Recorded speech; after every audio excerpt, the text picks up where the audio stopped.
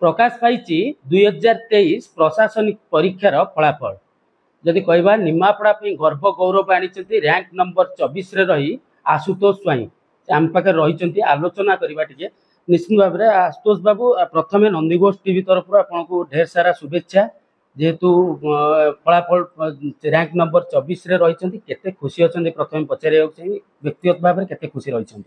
हाँ प्रथम तो धन्यवाद अर्पण करुच्ची नंदीघोष टीवी को मु बहुत खुशी अच्छी मो परिवार समस्त सदस्य मोर सफलता नहीं कि बहुत खुशी और गर्व अनुभव कर आम जी आम पाखे जहाँ खबर रही है प्रथम थर नुहे आप चेष्टा करते विफल होते विफलता पर जमी सफलता आसे आज आपको आसिक पहुँची जो एग्जाम देते सफल हो पार ना से मन में किसी द्वंद्व आसाला कि नहीं मुझे पढ़ी कि ना थे तो मुझे विफल हेली आगू हो पारि ना ये मनोबल किए जोगौला घरे मो मनोबल मोर प्रथमतः मो माँ बापा और मो बड़ भौणी को समस्त श्रेय प्रदान करी आ द्वितीयतः मोर मोर गीतार जो श्लोक रही कर्मणि बाधिकारस्तु माँ फलेषु कदाचन तो से प्रचंड आशा प्रकट करे मो कर्म उपर बहुत विश्वास करे।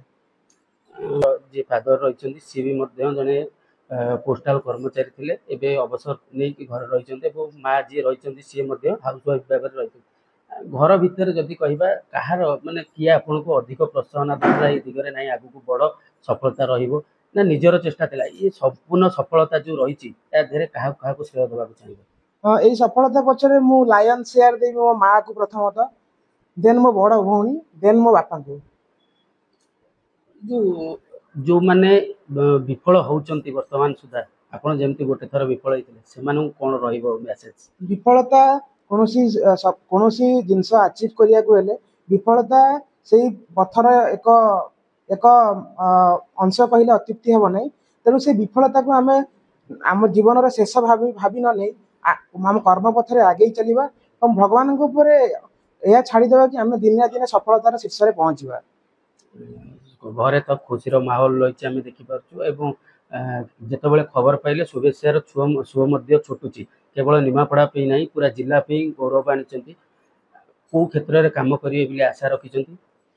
प्रथमतः मु निजक सचोट ऑफिसर भाव में प्रथम मो निजर पारदर्शिता प्रकाश करी द्वितीयतः ओडिशार गरीबी दूरीकरण मु मोर सर्वप्रथम प्रयास जारी रखी। निश्चित भाव में आम शुणुले जो भाव में गोटे सचोट ऑफिसर भाव में भविष्य में कम करने आशा रखी जदि कहवा थे चेष्टा करते विफल है भी सफलता पाइबा बारंबार चेष्टा कर सफलता पाखे आसिक आज पहुँची निश्चित भाव भौणी रही बड़ भौणी सहित टी आलोचना करने को चाहिए आज्ञा केते खुशी रही भाई आपणकर ओएस पाइले बहुत खुशी आगे जो शुणिलु मतलब आखिर लुह बंध बाड़ मानलानी आम तो जानी से आरंभ इंटेलिजेंट थिला एटा आहुरी आम भावुलु बहुत जल्दी आहरी कारण इंटेलिजेंट थिला बट जहाँ जिते बड़े हबार थी से हम आज्ञा आम हाथ में किसी न था बस ताकू मुंडी साल्यूट करी जिते सी आम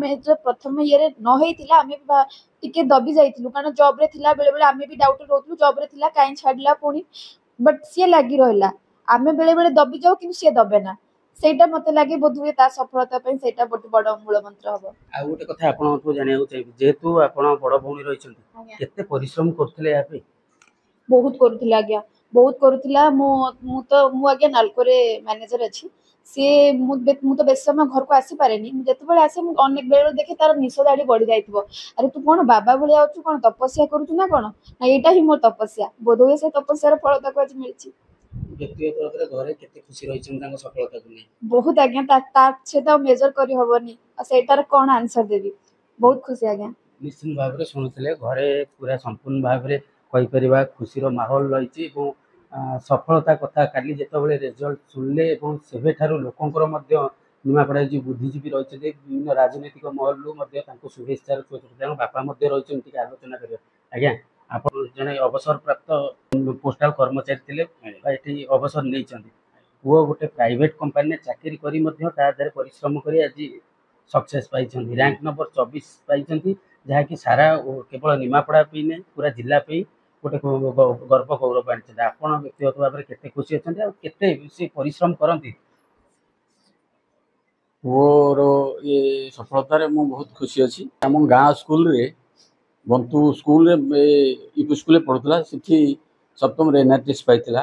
ନିମାପଡ଼ା ହାଇସ୍କୁଲରେ ପୁରା 91% ରଖିକି ସେ ମାଟ୍ରିକ ପରୀକ୍ଷା ସକ୍ସେସ୍ ହେଇଥିଲା। ତାପରେ ରାଜଧାନୀ କଲେଜରେ 80%ରେ ପାସ୍ କଲା। ତାପରେ ସେ ମାଇନିଂ ହିନ୍ଦୁସ୍ତାନ ଯାଇକି କେନ୍ଦୁଝରରେ ମାଇନିଂ ଇଞ୍ଜିନିୟରିଂ କଲା। ସେଠି ଭଲ ସିଜିପି ନମ୍ବର ରଖି ପାସ୍ କଲା। ତାପରେ ଆସିଥିଲା ତାର ଏମଟେକ୍ ପାଇଁ IIT ଖଡ଼ଗପୁର, IIMS ଧାନବାଦ ଆଉ ବନାରସ ହିନ୍ଦୁ ୟୁନିଭର୍ସିଟି, କିନ୍ତୁ ଆଡ଼ମିସନ୍ କରିଦେଇଥିଲା ସେ, କିନ୍ତୁ କଲାନି, ଚାକିରି ଆସିଗଲା। ତାପରେ ଚାକିରି ହେଲା, ସେଥିପାଇଁ ତା ମାଆର ତାର କଳି ବି ହେଇଥିଲା। ସେ କହିଲେ ନାଇଁ, ମୋ ବଡ଼ ଭଉଣୀ ଚାକିରି କରିଛି, ମୁଁ କରିବି।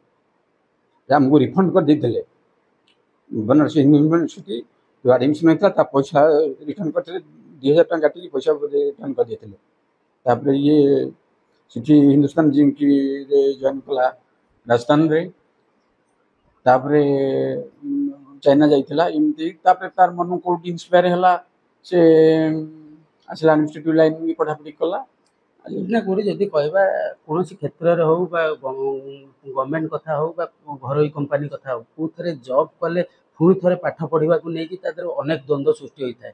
ଆର୍ଥିକ ଅବସ୍ଥା ସୁଦୃଢ଼ ଅଛି ଆପଣଙ୍କର, କାହିଁକି ସେ ଏଭଳି ନିଷ୍ପତ୍ତି ନେଲେ ଯେ ନାଇଁ ମୁଁ ଜବ୍ କରିବି ତା ସହିତ ମଧ୍ୟ ପ୍ରିପେୟାର ହେବି? ଜବ୍ କରିବି ସେଟା ତାର ପିଲାର ମାନସିକତା ଥିଲା। ସେ ସେତେବେଳେ ଭଲ ମନ୍ଦ କ'ଣ ସେ ଚିନ୍ତା କରିବାର ତାର ନଥିଲା। ଚାକିରି କରିବି, ମୋ ଭଉଣୀ ଚାକିରି କରିଛି, ମୁଁ ଚାକିରି ଆସିଗଲା, ଛୋଟ ପିଲା। ତ ସେଠି ଚାକିରି କଲା ପରେ ସେ ବୁଝିଲା ନାଇଁ, ପଇସା ପଛରେ ବି ଗୋଟେ ସମ୍ମାନ ବି ଦରକାର। ମଣିଷ ଖାଲି ତ ପଇସା ପଛରେ ଗୋଡ଼େଇଲେ ହେବନି। ତାପରେ ସେ ତାର ଚିନ୍ତା କରିକି ତାର ଇଏଟା ବଦଳେଇଲା। କେତେ ଖୁସି ଅଛି, ବହୁତ ଖୁସି ଅଛି। ନିଶ୍ଚିନ୍ତ ଭାବରେ ଶୁଣୁଥିଲେ, ଅନେକ ମାତ୍ରାରେ ଖୁସି ରହିଛନ୍ତି ଏବଂ କେଉଁଠି ନା କେଉଁଠି ଘର କଥା କୁହନ୍ତୁ, ଅଞ୍ଚଳବାସୀଙ୍କ କଥା କୁହନ୍ତୁ, ଖୁସି ରହିଛନ୍ତି। ତାଙ୍କ ଅଞ୍ଚଳ ଲୋକ ମଧ୍ୟ କିଛି ରହିଛନ୍ତି, ଆମେ ତାଙ୍କ ସହିତ ଟିକେ ଆଲୋଚନା କରିବା। ଆଜ୍ଞା, କେତେ ବ୍ୟକ୍ତିଗତ ଭାବରେ ଖୁସି ଅଛନ୍ତି ଆପଣଙ୍କ ଅଞ୍ଚଳ ପାଇଁ, ଆପଣଙ୍କ ଗ୍ରାମରେ ବୋଲି କହିଲେ ଚଳିବ? ପିଲା OS ପାଇଛନ୍ତି ଆଉ ନିଜେ ଗୋଟେ ପ୍ରାଇଭେଟ୍ କମ୍ପାନୀରେ ଜବ୍ କରିକି ମଧ୍ୟ ଥରେ ଆଶା କରିଥିଲେ ଏବଂ ଥରେ ମଧ୍ୟ ଏଥିପାଇଁ ଟ୍ରାଏ କରିଥିଲେ, ବିଫଳ ହେଲା ପରେ ବି ପୁଣି ଥରେ ଟ୍ରାଏ କରିଛନ୍ତି ଏବଂ ସଫଳତା ତାଙ୍କ ପାଖରେ ପହଞ୍ଚି କେତେ ଖୁସି ରହିଛନ୍ତି? ମୁଁ ୱାର୍ଡ଼ର କାଉନ୍ସିଲର ଯେଉଁ ପ୍ରତିନିଧି ହିସାବରେ କହୁଛି, ଏଇଟା ଗୋଟେ ନବରାତ୍ରର ଏତେ ଆସିବାର, ଆମ ୱାର୍ଡ଼ର ଗୋଟେ ଭାଇ, ମୋର ସାନ ଭାଇ ଭଳିଆ ହେବ, ଆଶୁତୋଷ ସ୍ୱାଇଁ, ଭଗବାନଙ୍କର ଆଶୀର୍ବାଦ, ମା ଦୁର୍ଗାଙ୍କର ନବରାତ୍ର ସମୟରେ ଏତେ ସୁନ୍ଦର ମେସେଜ୍ ଦେଇଛନ୍ତି ମା ଦୁର୍ଗା। ସେ ପିଲାର ଭବିଷ୍ୟତ ମୁଁ ଭାବୁଛି ବହୁତ ଉଜ୍ଜଳ। ଆମ ୱାର୍ଡ଼ ପାଇଁ ବି ବହୁତ ବଡ଼ ସମ୍ଭାବନା ଆସିଛି ଯେ ପିଲାଙ୍କର ଭବିଷ୍ୟତ ପାଇଁ ଆଗାମୀ ପିଢ଼ି ଆକୁ ଅନୁଭବ କରିକି ଚାଲିବେ। ଏଇଟା ହେଉଛି ମୋର ୱାର୍ଡ଼ ପାଇଁ ମୁଁ ଶୁଭକାମନା କରୁଛି ପିଲା ପାଇଁ। ନିଶ୍ଚିନ୍ତ ଭାବରେ ଶୁଣୁଥିଲେ, ସମସ୍ତେ ଖୁସି ରହିଛନ୍ତି। ଯାହା ଆମେ ଶୁଣୁଥିଲେ, ତାଙ୍କ ପ୍ରତିକ୍ରିୟା ମଧ୍ୟ ନେଉଥିଲେ। ଭବିଷ୍ୟତରେ ଗୋଟେ ଦକ୍ଷ ବା ସଚ୍ଚୋଟ ଅଫିସର ଭାବରେ କାମ କରି, ସାଧାରଣ ଲୋକଙ୍କ ପାଇଁ କାମ କରି ଏବଂ ଗରିବ ଲୋକଙ୍କୁ ସାହା ହେବା ନେଇ ସେ ମନରେ ଆଶା ରଖିଛନ୍ତି।